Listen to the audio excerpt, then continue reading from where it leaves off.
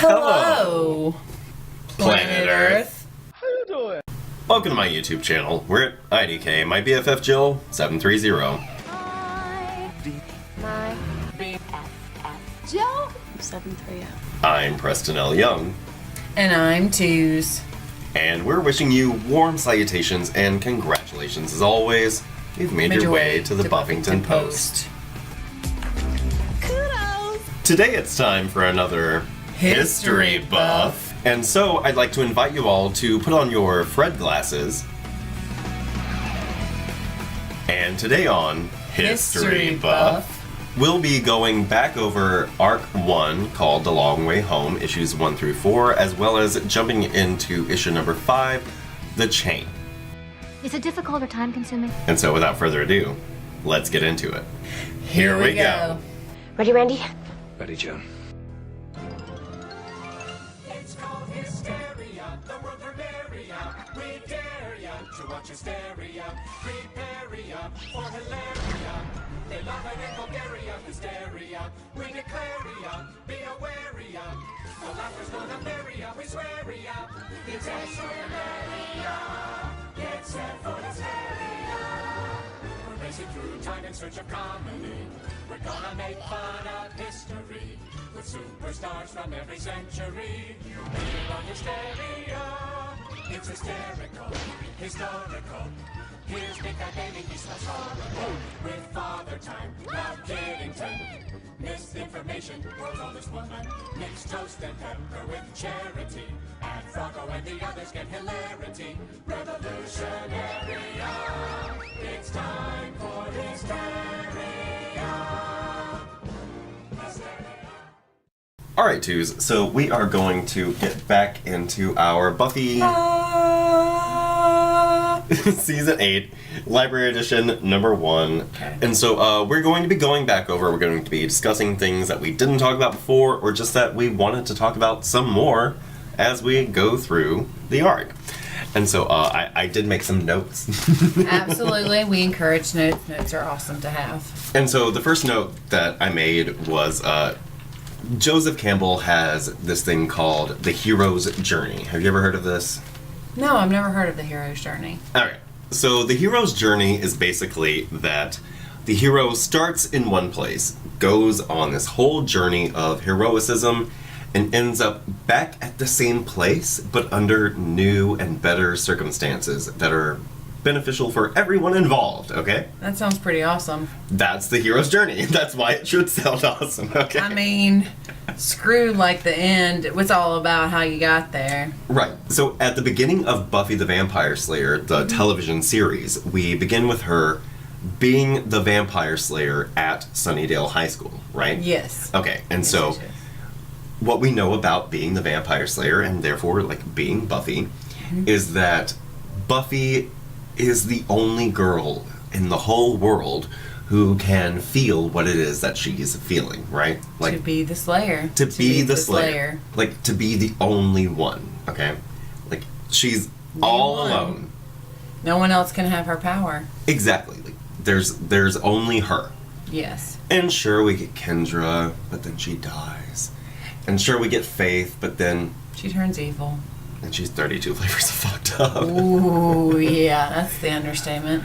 That bitch is loony. And so, like, the idea is, when we go into Season 7, Buffy takes all of these girls in the world, or from all over the world, rather. Yeah. She takes them into the high school, just like she was, and she says, "You're not alone.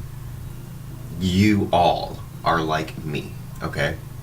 She has a journey with so many different routes, as far as I look at it. Right, and so she goes through this hero's journey of being in this one space and being alone. And by the end of it, she goes back to that same space and she changes what that space means and she makes it better for everyone involved, right? And she looks at it through completely different eyes. Right, and Because they are her. they are her, and at the same time, she's changed her circumstances. Like, that's what it's all about. Like, you start somewhere and you go back there, but by the time that you've gotten back there, your whole circumstance has been changed. And the circumstances for people going forward are therefore changed. And so Buffy starts off as this girl in high school who's the only one in the world. And she leaves that high school, literally, at the end of season 7 when Sunnydale is imploding. Yes. And she has changed the circumstances of that place, of that situation. And so, like, Buffy's hero's journey has come full circle, right? Yes. Whatever. Can I go? So, the thing is, at the beginning of a journey, you have to have this call to adventure. Mm-hmm. Buffy has finished her hero's journey. Yeah, so it's kind of like a what's next. Right, and so the fact of the matter is, when we pick up with Buffy in season 8, her journey has been completed. She completed her hero's journey. But there's a new journey. There's a new chapter to start. Right. That doesn't involve her being the only Slayer. Exactly. It involves everyone that had the opportunity to become one. And now, as we've gone through these arcs, it's pretty interesting to see where Buffy kind of sits in this, and all of this, being the one having to lead not just hundreds of girls that were exactly in her position, and no one to guide her except her friendly entourage. And herself, you know. And herself with her experiences. Yeah, and so the idea going into season 8 is just because you thought you solved your problems doesn't mean that that doesn't come with its own set of problems. Exactly. And so, like, that's a really big thing to keep in mind. Like, we went from being a television show, and we fixed Buffy by the end of the television show. It's totally fine by the time we leave her. But we can't live in that everything's fine anymore because we're back. We're, like, totally back with Buffy. Like, everything is back, okay? But anyway, yeah, we're totally on Stitcher, and so we do need to start doing better explanations for people. Yes. So just because we understand that just because we know everything about Buffy doesn't mean you necessarily know exactly what's going on. And there's kind of like a lot of straightforward to it when me and Preston are discussing Buffy, because we already know all the backstory. You know, it's just kind of like catching up with an old friend. But you're a new friend, and it's really hard to kind of catch up, 10 years altogether? It's been 15 years since the show was no longer on. Definitely a lot of catching up to do for some of our viewers that are new. Yeah. But what I was talking about more with explanations is we need to kind of explain what we're reading in the comic books, because we can hold up the books as much as we want for the YouTubers. And we totally encourage you to go to IDK, my BFF Jill 730 on YouTube. But if you can't, if you'd rather just ride around with us and put us in your pocket, we need to explain things better to people. And so, absolutely. And so, I did want to kind of backtrack and talk about, like, what are we doing?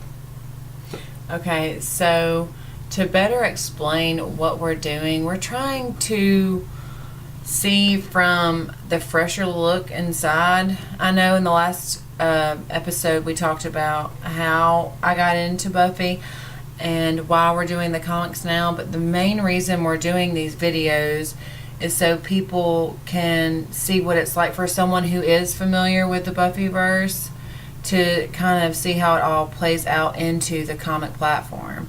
And Preston's our very handsome and talented guide.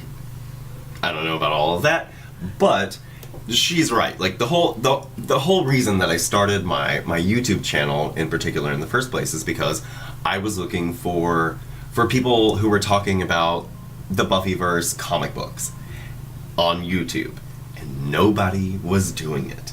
And so I got to the point, there was like one other dude whose YouTube channel is no longer even up. Oh, it's thing. Not It's totally gone. It's totally gone. He privatized all his videos. Next. There was nobody really covering the Buffy comics, and I wanted somebody to be covering that. And so I just went out and started doing that. I was like, if I want it, if I'm looking for it, somebody else must be. And so... See a need, fill a need. Exactly. Exactly.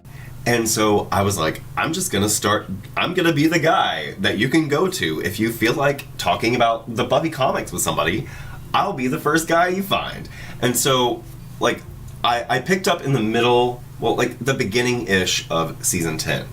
And then over time, I went and backtracked, but I realized the more I went and backtracked, the more I just felt like I was talking to somebody, or rather at somebody and not to somebody. And so I felt like when I was thinking about season 8, and especially since we're getting into season 12, which looks like the end of the Buffyverse. It's looking pretty bleak, unfortunately. Yeah, it doesn't look great. It looks like Dark Horse is getting ready to... why are you making it harder? Anyway, I thought, you know, if I really want to talk to the audience, I should talk to somebody who's on the same level as a lot of my audience, which are people who like the show but aren't down with the comics. And so I needed to explain what's going on to somebody who is basically on their level. Somebody caught up, but not book caught up. And there's just something I really wanted to add right now. It's coming from just the show, you have to understand that we are completely created on a different dynamic for our character. You know, they get an opportunity to have a background, a backstory, and we get to have an emotion for them. And here in the books, it's not necessarily as much depth, because the artwork is beautiful. It's just, I feel like there's an opportunity for the story to go somewhere, but you don't get all the little things that you got in the show, like all the personal feelings and the side relationships. And, I mean, let's just say it, the drama, the juicy stuff. Oh, the juicy stuff is coming, honey. Well, let's get into it. All right, and so last time on History Buff, we went over The Long Way Home, which is the first 4 issues of Buffy Season 8. And so there are a few things that we, of course, missed. Is there anything lingering that you really wanted to talk about from The Long Way Home before we get into my list of notes on things we missed? So, one of the things that I really liked about The Long Way Home is that it left you really subtle hints that some people may have not picked up on, and we're going to see if you were paying attention later. Okay. That really made me kind of see where this was leading to and kind of set up the story to play, because even though you don't have as much, how they say, script here in the comic books, you do kind of get that story that's leading up to something bigger, the climax, if you will. But we're definitely going to go ahead and start on these wonderful notes, and I'm sure I'll have something to add later. All right. So the big thing is, the first arc is called The Long Way Home. At the end of the first issue, pretty much, like close to the end, Buffy's talking about how much she misses being home, and she misses her mom. And we talked about her kind of like feeling lost and feeling like she really wants something that feels like home, okay? And so what we didn't talk about was the fact that at the end of the issue, she and Zetsu end up going through the portal, and Xander says, your GPS trackers are saying that you're like within so many miles of Sunnydale. And Buffy thinks to herself, well, I wanted to go home, and now here I am, back home. Right? And so the whole idea of The Long Way Home is kind of that idea that you can't go home again. Because here Buffy is. She wanted to go home. She said, I miss my home. And then she's back in Sunnydale, but it's not the same. It's just a Craterdale. And the whole idea there is, you know, you can't go home. Like, things are never the way you left them. And that's what really got me to thinking about, like, the call to adventure. Like, what is Buffy's new adventure? Yeah. It's also putting a new perception on life, because this whole arc was pretty much just about where we find her. Why is she here? What is she doing in this undisclosed location in Scotland? Why is she not home? And why is the desire for her to go home so strong now? You know, everything that's been going on with Dawn, obviously not the best of choices, but it looks like she's really needing and wanting that family bond that wasn't there for her, but in Sunnydale it was. She had her mom and her sister, and I think she's really trying to recapture that feeling. She had a real sense of identity, yeah, of where she belonged in Sunnydale. Yeah. Yes. You're the one, Buffy.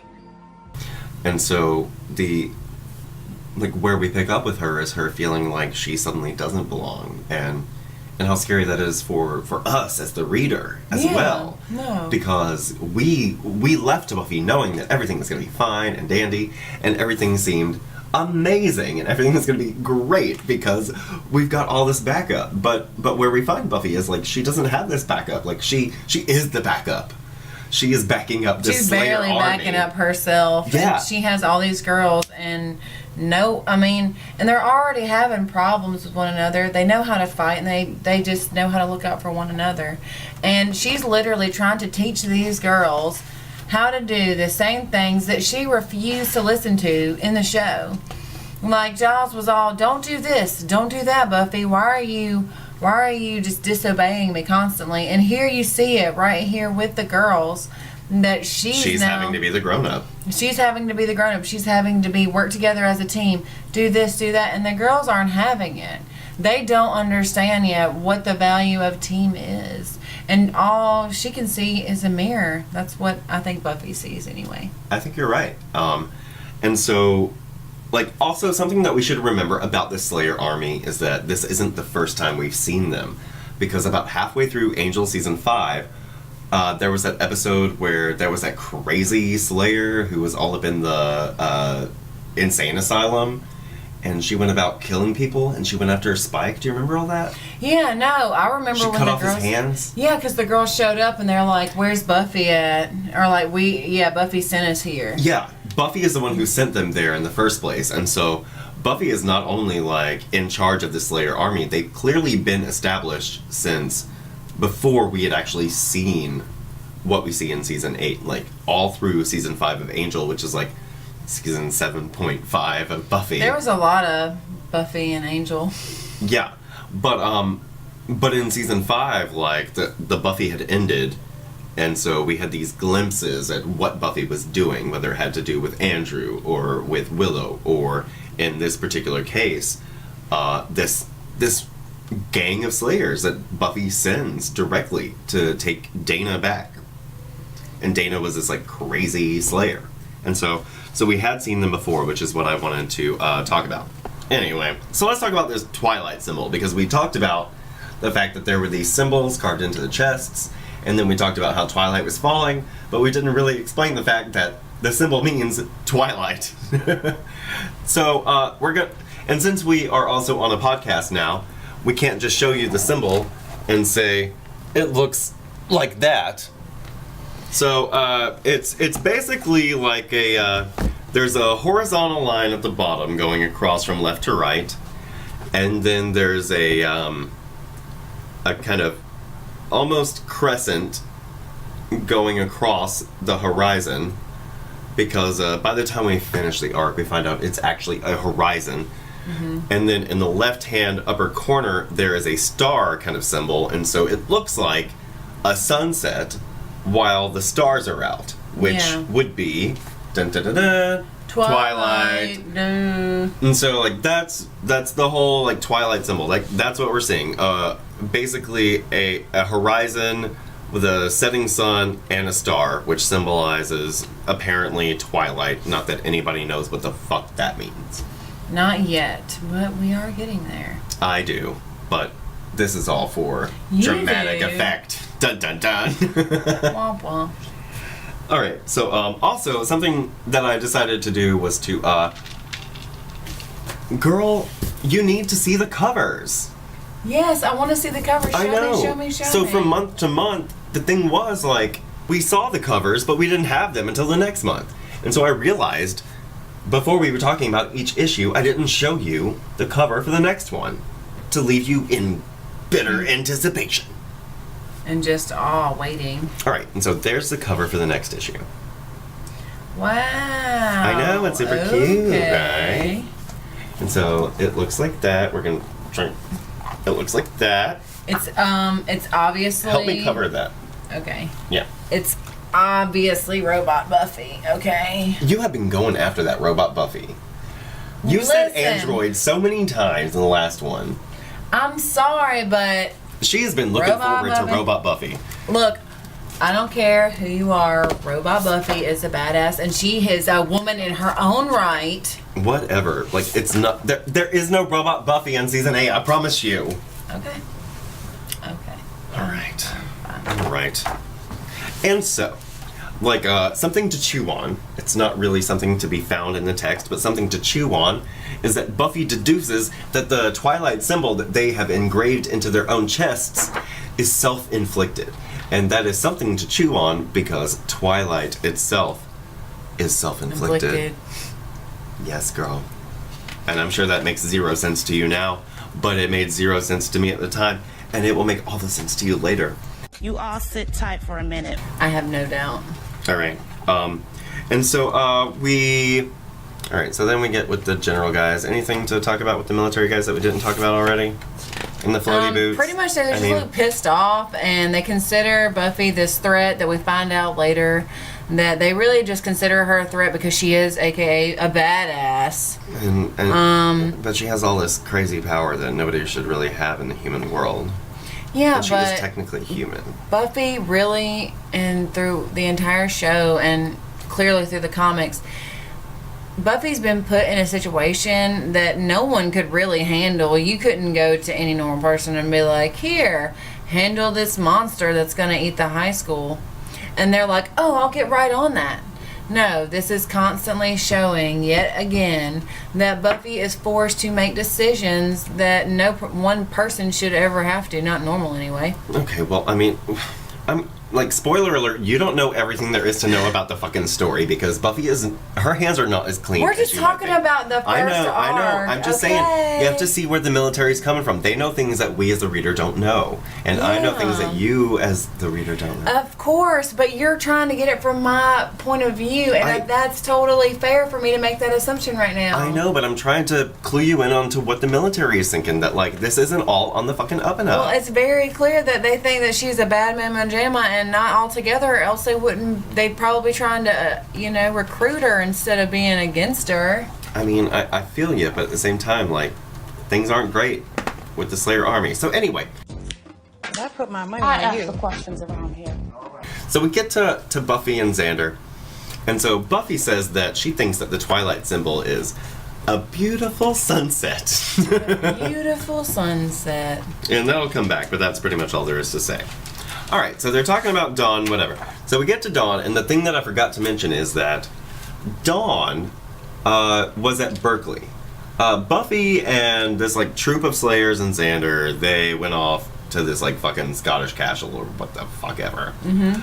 And so, meanwhile, Dawn was at Berkeley. She was in college there. And so I'm guessing she got her GED. Because the last time we saw Dawn, she was, like, 16 going on 17. And she was only a sophomore. She was only in the 10th grade.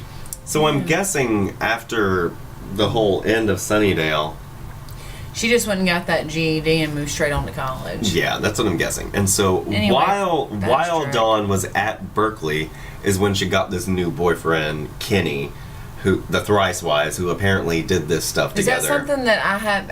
Is that something that I haven't read yet? Or no? I mean, we know that Buffy suspects that having sex with Kenny made Dawn a giant. Mm-hmm. But what we didn't talk about was the fact that that wasn't in Scotland. Dawn was in college in California while Buffy was in Scotland. Gotcha. Okay?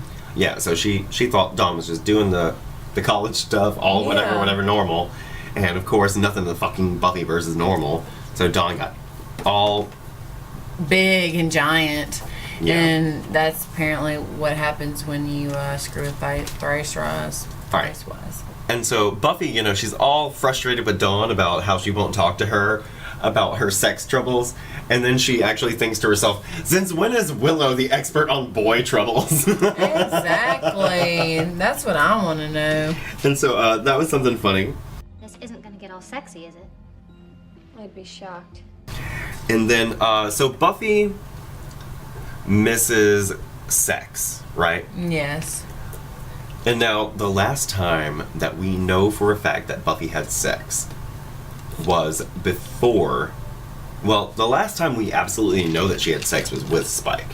Yeah, that's for sure. And the only time that she's had a sexual encounter after Spike was when he totally tried to rape her. Yeah, that is true. Yeah. And so that's something to kind of keep in mind. Like, Buffy misses sex. And it's been a good 2 years at this point since Buffy has actually had sex. And the last sexual encounter she had was with Spike, who like totally tried to rape her. And so sex is kind of a... It's like a wayward thing right now. Like, I want it, but that's my last memory. But can you trust it? Yeah. Yeah. I want to fuck. All right, and so you said something about Buffy being out of America. Mm-hmm. And that whole idea is, like I was saying earlier, you can't go back home again. Not only is Buffy out of America, that kind of signifies that she's out of the show. Like, we're out of the show. We like, the same way we'll find that Buffy can't go back home again, we can't go back to the show again. The way that we understand Buffy, the way that we read Buffy, the way that Buffy has been told to us for so long was in the confines of Sunnydale, right? Yeah. It was how we told the story, in Sunnydale, on television. Sunnydale is gone. The television is gone. You can't go home again, and that's why Buffy went so far away from home. It's because it doesn't matter where she goes, she won't be the Buffy that you left. It won't be the same medium, because it can't be, because we're all in the book now. You think you know what's to come? What you are? You haven't even begun. You know what I'm saying? Maybe that's what this whole scene here at the end of this arc is, or in the middle of this arc, is that when she says she misses her home, maybe she misses that medium that you're discussing. Yeah, that's what the whole season is about. It's the fact that you can't go back home, and you have to make a new home for yourself. The entire season, if the entire season had a name, it would be called The Long Way Home, because you can't go back home again. It's never going to be what we understood it as. Like, that's really fascinating thing about the meta of season 8. That you just come into it, and then I'm sure it flushes out in 9. It doesn't feel the same, but at the end of the day, it is the same. Because it's Buffy. Right, and what I really like about it is it really does feel like Buffy. Like, if you look at her face, yeah. Yeah, you know, Buffy is always, like, super concerned. She's always got this look of I love worry. how they put all these little sayings in here that she would say in the show. Yeah, and it sounds They gave like her Buffy. that sense of innocence that she had that was also very bubbly. Exactly. We got all this stuff with the military. There's nothing really here we didn't cover, I don't think. Mm-hmm. And then we got the reveal of Amy. Oh, yeah. That crazy looking woman. Crazy bitch. Yes, she is. Alright, and so then we've got this stuff, and we've got Giles, and he's talking to the girls about how they don't work well together.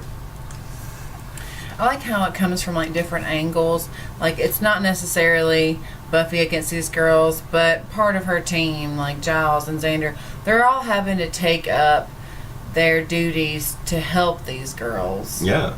And they're doing the best with what they can. But, I mean, that's a lot of hormones to deal with, and a lot of unchecked power, too. And there's only so much that they can do, because just like the reader, just like you, just like me, there's only so much that they know how to do. They knew the world to be one way this whole time. Like, it was just Buffy. And then, sure, we had Faith, but we didn't really have to deal with Faith for very long at a time. Mm-hmm. That's so true. And so, like, what we find is, a year after Buffy created this circumstance, is Buffy, sure, she and Giles and Xander, and to some extent Willow, we'll find, are all in roles of leadership and power, but at the end of the day, like, all Buffy can really do is just challenge these girls and let Satsu know that she really likes her hairdo. Yeah, she does. She does have a really nice hairdo in here for people that are just listening. You talked a lot about the androids. And yeah. And well, that's only because Warren came into play, and it was pretty interesting how that happened. But, so, Andrew and Warren aren't the same person. And you started talking about the androids when we started talking about Andrew. And so I feel like you were confusing Andrew with Warren. Andrew was the guy that joined our side at the end. Yeah, no. Okay. The reason I related Andrew with the androids is because when we first met him, that's who he was helping out, was Warren with, and that's what Warren's thing was, and he was his sidekick, and that's how that correlated. Okay. Who the hell are you? Your master? My what? And so dealing with Andrew, we have the idea of the decoy Buffy. Mm-hmm. And so that's what made you think of the androids? Yes. And so we know that there is one decoy Buffy who is Andrews, and then there's this other decoy Buffy who's like underground, like in the hell. Yeah. Like in the way that Charmed deals with hell, like in the underworld, whatever. Yeah, they only made like that many Buffy bots. Alright, and so the big thing that we didn't mention here is this chick. Okay. What is she about? She has got a punk rock kind of look. Oh yeah, she looks totally punk rock, and she wants to play with guns, okay? Yeah, she's the girl with guns. And now we don't know her name yet, but her name, like spoiler alert, is Simone. We need to look out for Simone, because Simone wants to play with guns, and she brings it up a lot. Well, it sounds like she's a little trigger happy. She is a lot trigger happy. Okay. So look out for Simone. Okay. So whatever. We have all this good stuff and the stuff in the government place. Is there anything you need to say about this? No, I just think that they're going to get into some mess is really what I'm thinking. They are down here in this shell corporation, and obviously some abandoned desert it looks like.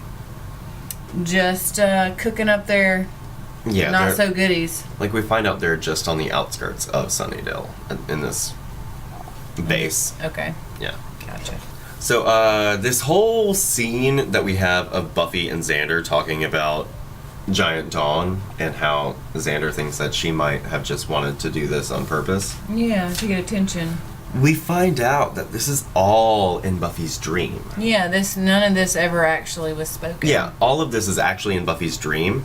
But Buffy asks Xander if he's coming to bed. Yeah, are you coming to bed? And she says, I'll be gentle this time. I can be gentle. And so we're kind of led to believe that maybe in the actual past, Buffy and Xander had actually done something, and this is something we'll kind of play with as we go through this season. But I just wanted to kind of point that out to you, that it's super weird that she says this time. Because even though it's a dream, we have to assume that Buffy's drawing upon her own memories. Yeah, right? But also in this arc, when he was talking about all the possible dreams or futures you could have, there has to be some kind of clarity, because there was a couple episodes where Xander was thinking about how he wanted to be with Buffy, and that was his girl. Oh, that was his whole thing throughout, like, the first 3 seasons of the show. Yeah, that's what I'm saying. So why wouldn't this be something that she doesn't dream about? Exactly. Like, but at the same time, it's like, why wouldn't it be something that, since we're in the comic books now, we actually do? Right? Yeah. Oh. Right. So Buffy and Xander Maybe that's a whole fucking thing that we are going to be able to finally play with in season 8. Oh my goodness. So we're basically, what we're going to be doing for season 8 in particular, we'll kind of have to switch it up for season 9. It's going to be a little bit weirder. But basically, every arc has 5 issues, but the 5th issue is kind of a standalone. It's kind of just a bridge between arcs. It's kind of a breather, and so like that's what we're going to be doing. We're going to be reading 4 issues in an arc, and then we'll do what we've done in this episode, which is kind of like pick up with it, talk about it, and kind of clarify some things like we did. Like the one thing that I think we didn't clarify the other day was talking about how when we said that Buffy saw that Amy's mom was her weakness, that she actually appeared to Amy with the magic that Willow gave her as Amy's mom. So like we'll do stuff like that. We'll do the 4 issues in one episode, and then we'll talk about those 4 issues in an episode like this, and then we'll go into the 5th issue and just kind of break down that issue and talk about it here. Mm-hmm. So today we've got the chain. Yes, it's a chain of fools. Yeah, it is. So we've got Buffy the Vampire Slayer season 8 issue number 5. It's the chain. This is the traditional cover done by Joe Chin. It's got Buffy, and she's wearing the same outfit that she was wearing in the season 8 premiere, but she looks all disheveled. Her shirt's all ripped the heck up, and she's like pulling off her face. She's ripping her face off. Yeah, and we'll find out why she's ripping her face off in just a moment. And Tüz has the variant cover here. Yes, and it is Buffy saying, I want you. Just like in the, what was it, Uncle Sam commercial back in the 40s? Yeah, the Uncle Sam posters. Recruiting out there. Instead of saying, I want you to join the U.S. Army, Buffy's saying, I want you to be strong. And there's this sweet little schoolgirl, and she's all... sad. Yeah, she looks super sad. But, we'll get to her later. Okay? But yeah, my copy here is actually signed by George Genty. And he does all of the interiors for the majority of Season 8, not all of them. But anyway, so this is the chain, and it opens up with this scary-looking, horny demon saying, Buffy Summers. And so we turn the page, and he's holding Buffy's dead body, and he says, Buffy Summers is dead. So that's weird, because we just got back to Season 8, and now Buffy's dead. Yeah, I mean, we haven't even gotten to the 5th issue, and she's already dead. So, as we go to the next pane, it says... Know that Yaman of, what is that word? H-U? Of Holt, I guess. Of Holt has killed the Slayer. Scream his name and dance his clan's war stomp, for he is mighty and merciless. And so he's talking about, scream my name, Yaman. And that's what we're going to be talking about in this issue, is the name. It starts off with Buffy's name, Buffy Summers.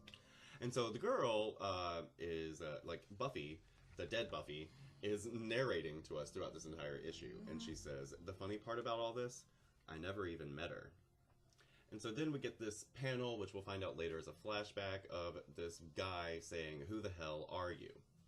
And so then we move and we see that this Buffy is down in this underworld situation, and she has this little fairy friend, and all this good stuff. Basically, they're talking about the fact that Yaman is heading this way. He's about to take over, and he's headed through this underworld, and he's gonna fuck everybody up, whatever. And so she has this little fairy friend, right? Mm-hmm. And he's pretty much saying that he will kill you. And she's saying, look, we've got to stop him. And the fairy's saying, I didn't let my fairy eggs inside your inner ear canal to watch you die. Yeah. So obviously they're all banking on her to survive. Right. And so apparently Buffy has gone down into the underworld to stop this Yaman situation from happening. Spoiler alert, we already know it doesn't happen because she dies. Right. Yep, it didn't work out too well for her. And so she sends the fairy girl up to the surface world to get some help because they're clearly outnumbered and outmatched. And the fairy girl tells Buffy that she loves her.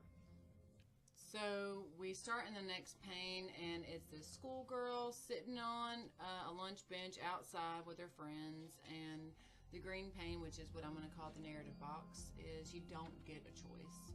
And so basically we've got these schoolgirls outside school, and they're talking about how this one girl got the rest of them all screwed over because the administrators found this girl's panties in a broom closet or some such. Yeah, and no one copped to it, so everyone got in trouble. Yeah.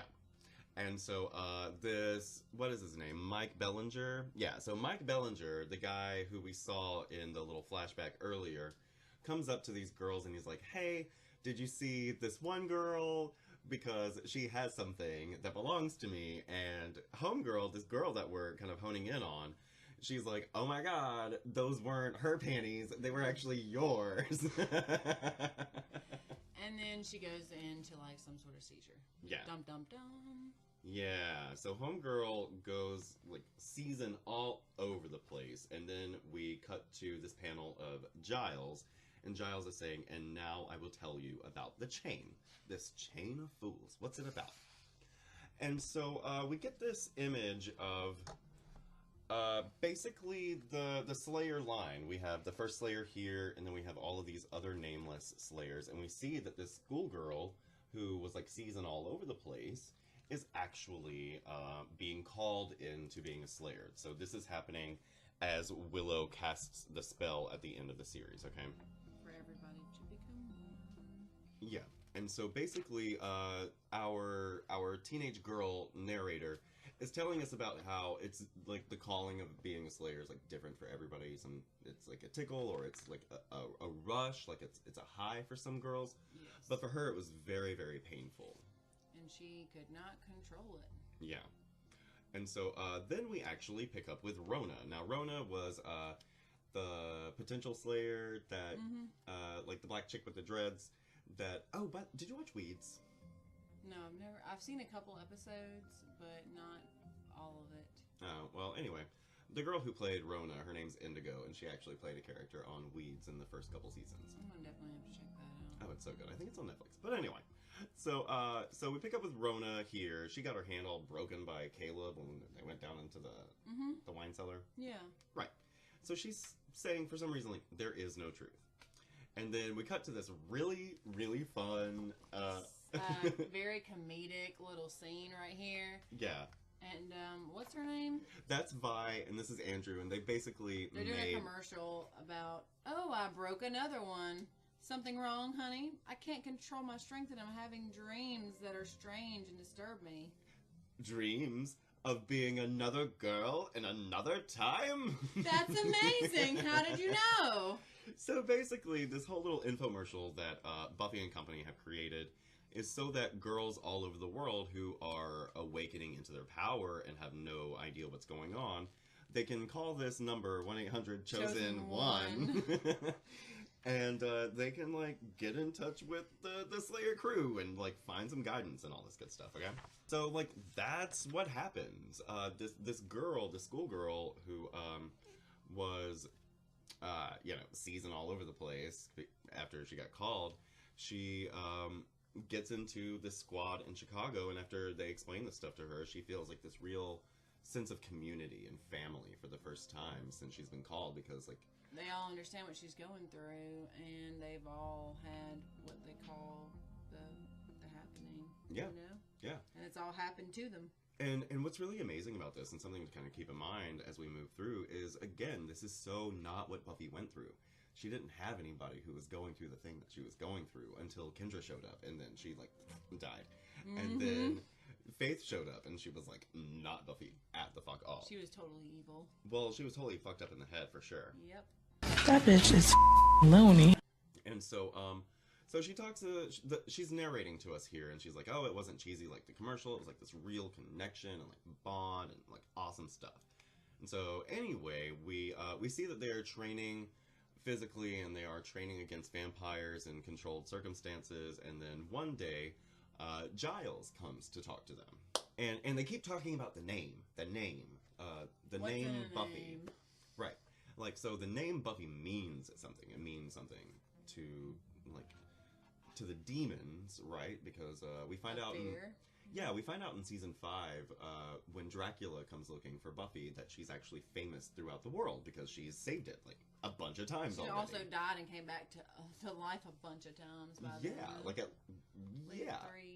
Well, at that point she had only died and come back to life the one time, but she had saved the world like several fucking times. And so Buffy's like known throughout the demon world, and she's known throughout this new Slayer world because, like, she's kind of their mom. Like, it was her idea to make them all into Slayers in the first place, right? And probably do this cheesy, like, commercial that they did to get them all. Yeah.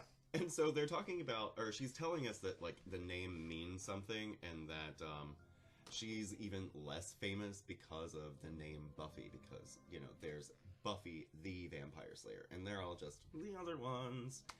And apparently she is telling us that there's some girl using the name Buffy partying very publicly in Rome. And so this goes back to what we were talking about in The Long Way Home, about there being these Buffy decoys, like Slayers that are pretending to be Buffy so that Buffy herself doesn't draw any attention to herself. Yeah, and she can go off and do her own thing. Right. And so we go back down into the underworld, right? Yep. And so she's with this little goblin demon guy. She's pumping him for information. Cuts off his arm. Yeah, it's not cute. And so he's like, Yaman is gonna fucking get y'all. And she's like, you tell him that I'm coming for him. Tell him Buffy Summers is gonna kill him.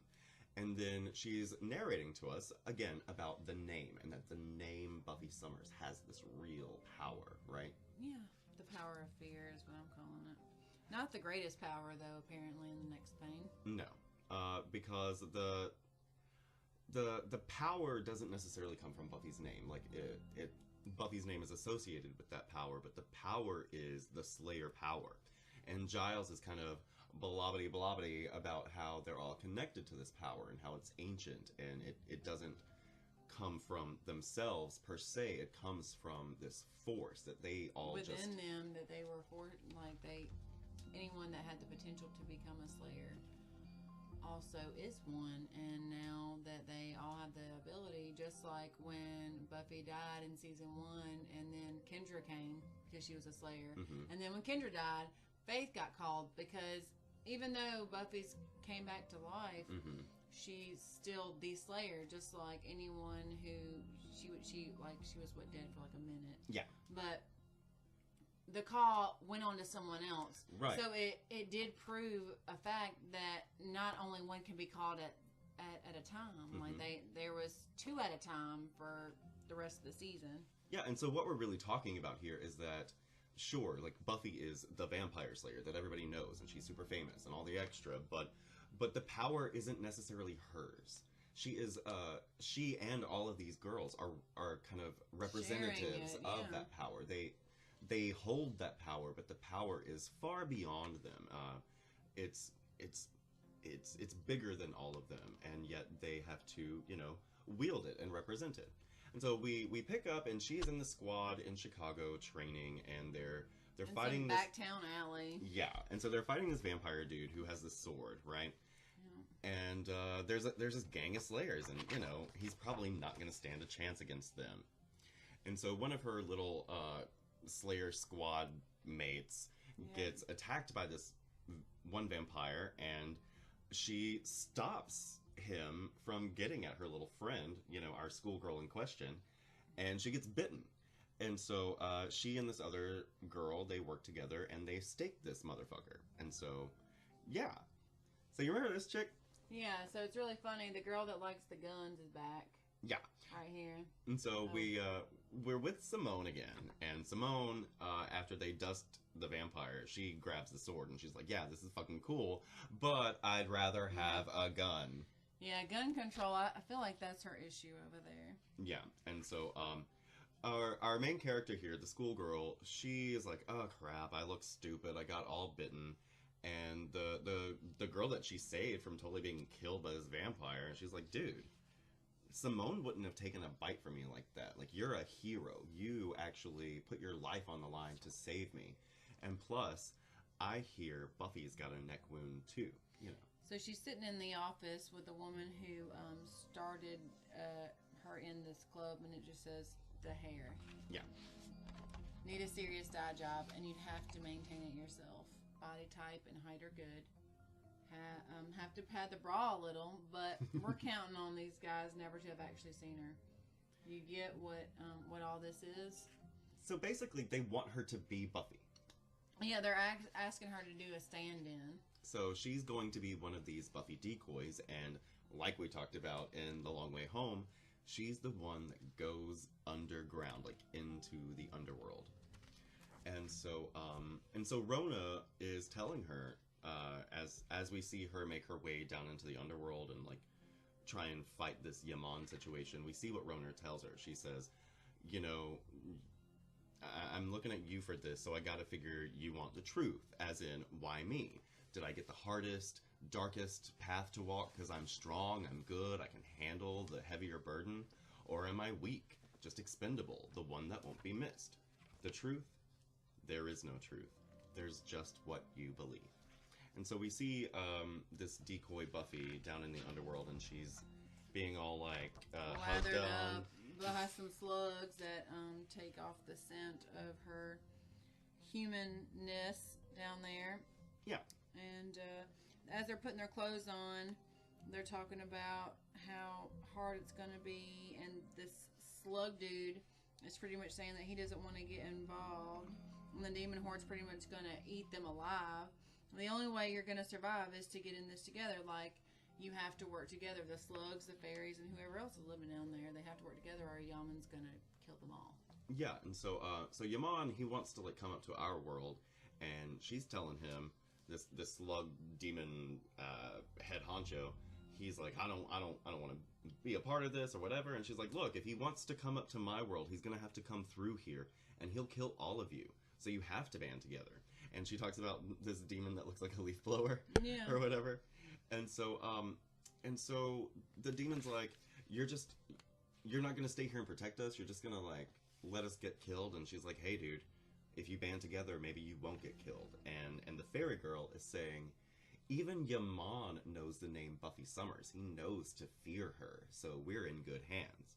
And so again, we're going back to this idea that she's not Buffy, but she carries the name, and that has such power, right? And weight, absolutely. I'm Buffy, the vampire slayer, and you are?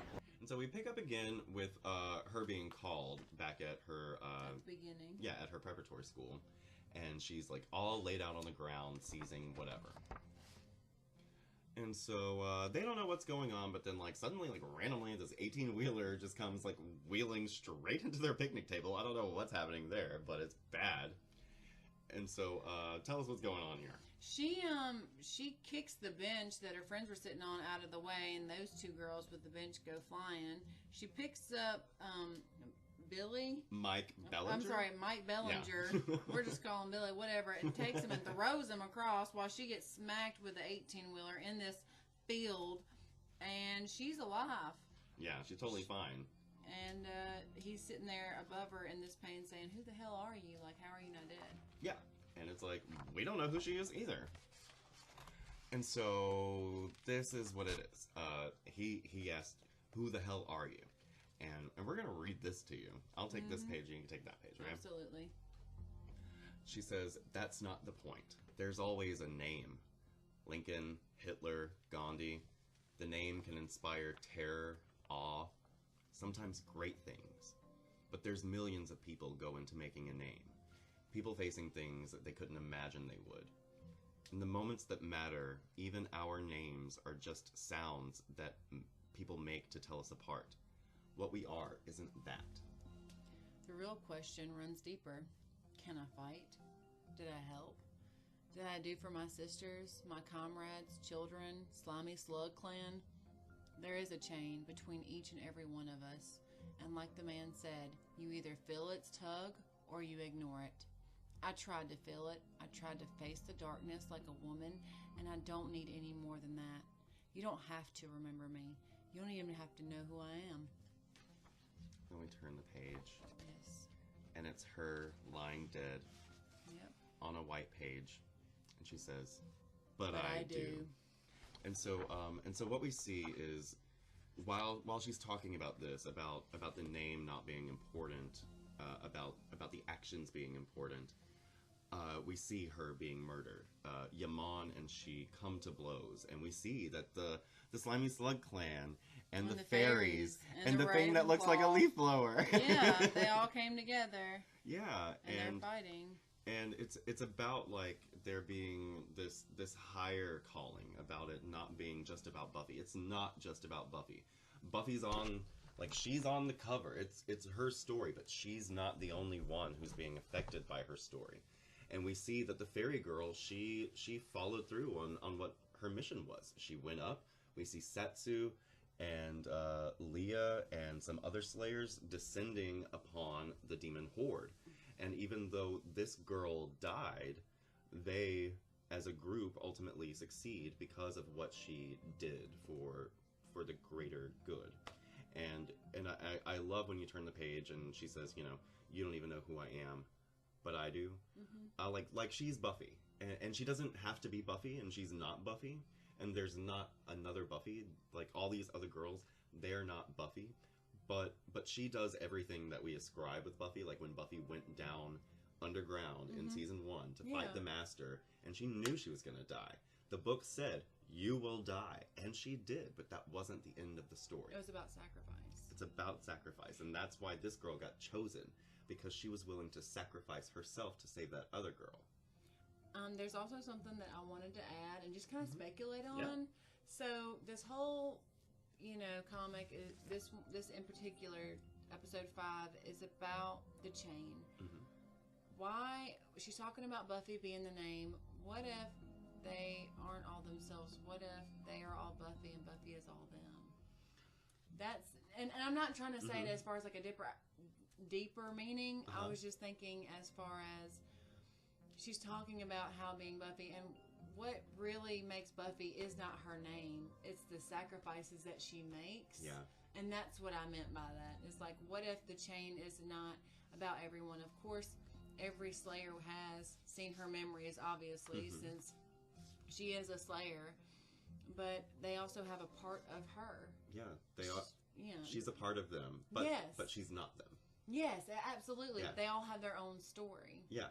And that's what I really love about season 8 is like spoiler alert, this girl died, right? Yeah. And spoiler alert, a lot of these girls are gonna die.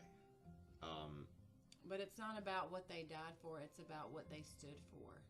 Well, what they died for. And in that case, it is about what they died for, because like however you died usually talks about how you lived, you know? And they lived kicking demon ass. Yeah, and especially this girl, like we never learn her name. Buffy herself, like the real Buffy, is not in this issue at all, but it's my favorite issue because she's almost more Buffy than Buffy herself is. You know what I mean? I think it's because she's really just fighting not necessarily for her beliefs, but she's once again going beyond her name. Yeah. Fighting for what needs to be fought for. Yeah. She's A girl could die. And, I mean, even though she died in the end, and she got to watch her sisters come down from above and eventually dominate demon ass here in this episode, she did what she had to do to complete that step and to get those girls, because without her doing the necessary things that she did in the underworld, they wouldn't all have been there. They would have probably, who knows what would have happened. But this is where we leave at the end of episode 5, and honestly I can't wait for the next arc. I'm really excited to see where this leaves us. Yeah, and I love Buffy. She's my favorite character. She really is. But this girl and all the Slayers before Buffy, like this girl in particular, she's almost more admirable than Buffy, because this girl dies and she stays dead, but she knew what she was getting herself into. Whenever Buffy dies, we just assume she'll come back, right? And she always does. I mean, there's never been an episode where it's like, womp womp, Buffy's dead. Well, there have been episodes where it's like, womp womp, Buffy's dead, but for the most part, we know, like, she'll be back. Yeah, they spent half the season getting her back to life, especially when she died and went to heaven and came back at the end of season 6, or start of season 6. Yeah. And, but it's like this girl, she's already died for her sacrifices, is what I'm saying. She's made the sacrifices time and time again. Yeah, but it almost, because Buffy comes back from the dead all the time, like, she dies a lot, it's almost like those actions are kind of undercut because they don't weigh anything, because she doesn't stay dead. This girl stays dead. We're not going to bring her back from the dead. We're not going to, like, do a hocus pocus and talk to the gods and get her back. Willow, yeah. Yeah, it's final, and it really means something. When I turn this page and I see her, she has this smile on her face because she knows that she did the right thing and the good thing for her sisters and her children and Slimy Slug Clan. And it's final. There's no coming back from it. Whereas with this bitch, she just comes back all the time. Yes, there's no quit in her. She's like the Terminator. She just keeps on keeping on. Yeah, and so I think that's why I really love this issue more than most of the other issues in season 8, for sure. It speaks volumes. Yeah, and it really talks about what we're talking about. Like, why we love Buffy is because Buffy does these things, and she has inspired women to do what she's been willing to do for, 8 years at this point, and it's beautiful to me. It keeps on going, and the chain never ends. Okay, and so our next issue is our next arc is called No Future for You, and issue number 1. Yes, absolutely love it. Oh, it's the perfect cover. It's got the classic Buffy logo on this brick wall behind Faith, but of course she's spray painted over it, and she says, Faith the Vampire Slayer. Yeah, because what else would it be? And so where last we left Faith, she and Robin, the principal, The hot black guy at the end Yeah, of season yeah, 7. Yeah, he's the son of the Slayer and all that good stuff.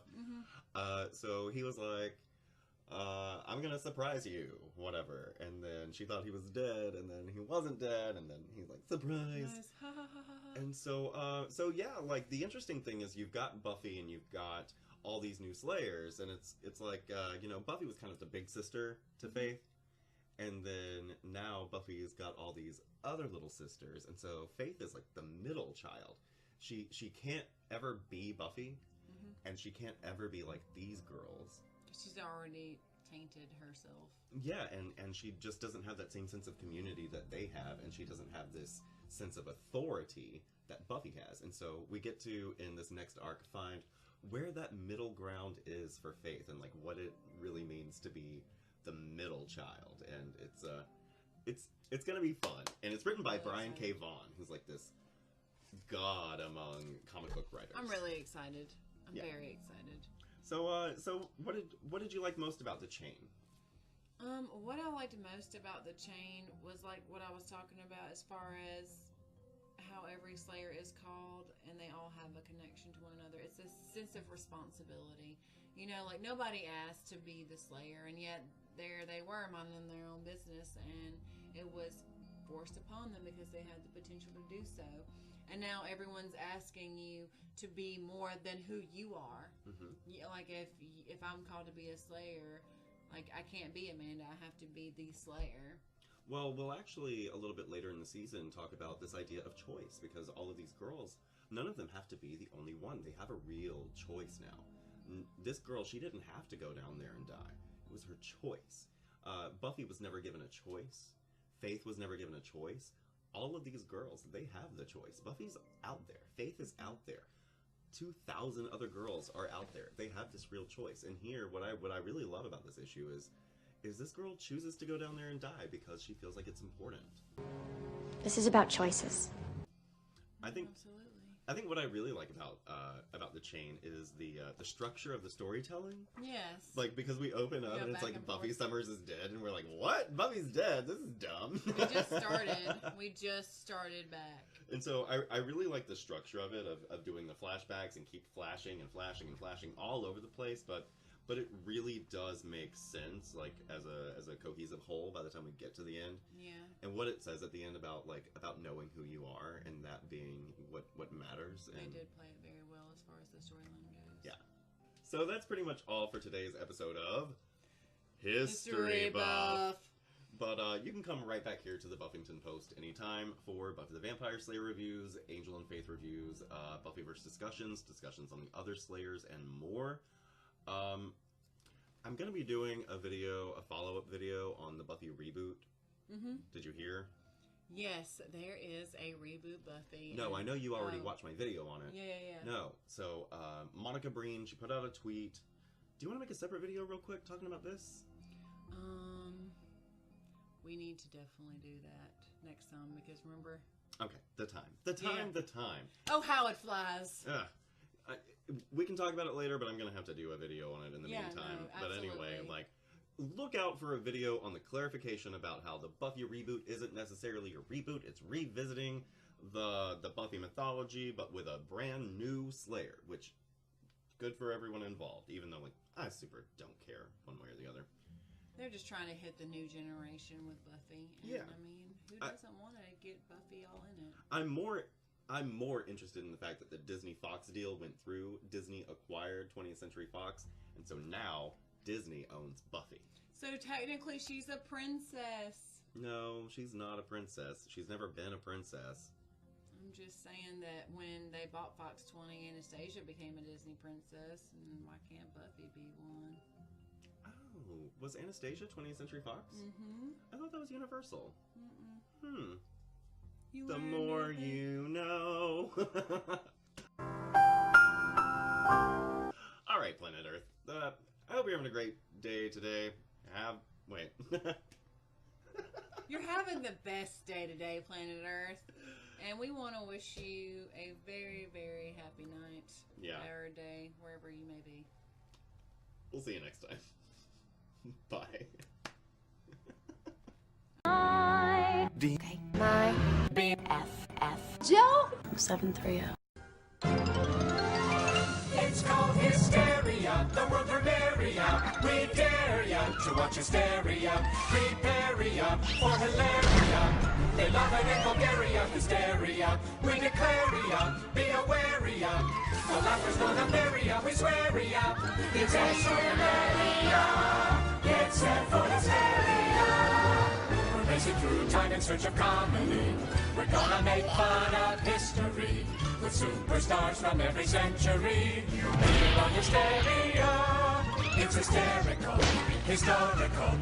Here's Big Bad Baby, he smells horrible. With Father Time, Love Kiddington. Misinformation, world's oldest woman. Mixed toast and pepper with charity.